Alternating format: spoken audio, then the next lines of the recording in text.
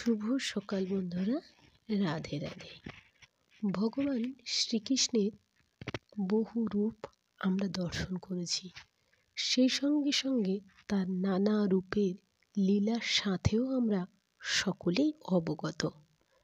তার প্রতিটি রূপ, তার প্রতিটি রূপের উদ্দেশ্য, তার প্রতিটি কর্ম, আর এই কর্মের উদ্দেশ্য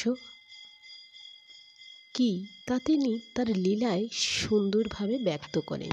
অথচ আমরা মানুষেরা আমাদের জীবনের মূল উদ্দেশ্য কি, আমাদের জীবনের বর্তমান কি, আমাদের জীবনের ভবিষ্যৎ কি, সে সম্পর্কে আমরা কখনো চিন্তিত হই না যে আমাদের জীবনের বা আমাদের ভগবান কি উদ্দেশ্যে পৃথিবীতে পাঠিয়েছে, আর আমাদের দ্বারা তিনি কি করাতে চাইছেন, সে কোনো কিছুই আমরা জ্ঞাত হই না। আমাদের অতীতের কর্মফল আমরা বর্তমানে ভোগ করে চলেছি। আমাদের এখনের কর্মফল আমরা ভবিষ্যতে ভোগ করব, এমনটাই সৃষ্টির নিয়ম। আমরা নিজেরা নিজেদের সৌন্দর্য নিয়ে সর্বদাই অহংকার করি।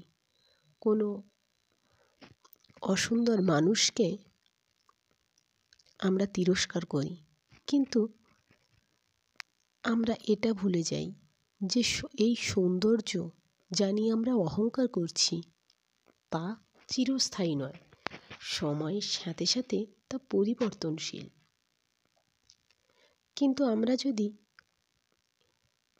নিজেদেরকে একটু পরিবর্তন করি, নিজেদেরকে জ্ঞানী করার চেষ্টা করি, একটু জ্ঞান লাভ করার চেষ্টা করি, সব কিছু সম্পর্কে একটু অবগত হই, আমরা নিজেদের সম্পর্কে জানার চেষ্টা করি, ভগবান কী উদ্দেশ্যে আমাদের পৃথিবীতে পাঠিয়েছেন, তার উদ্দেশ্য আমরা কতটা সম্পন্ন করতে পারছি, তার প্রচেষ্টা যদি একটু করি, তাহলে আমরা দেখব এই জ্ঞান সর্বদা আমাদের সাথে থাকবে, আমাদের ভবিষ্যৎ আরও সুন্দর করে তুলবে।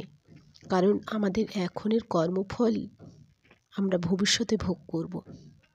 নিজের কর্মটা একটু সুন্দর করি, ভগবানের নাম গান করি, ভগবান যে উদ্দেশ্যে পাঠিয়েছে সেই উদ্দেশ্যটাকে একটু খুঁজে বের করার চেষ্টা করি, আর নিজেকে সেই উদ্দেশ্যর পথে চালনা করি। এটাই আমাদের জীবনের মূল লক্ষ্য হোক। রাধে রাধে।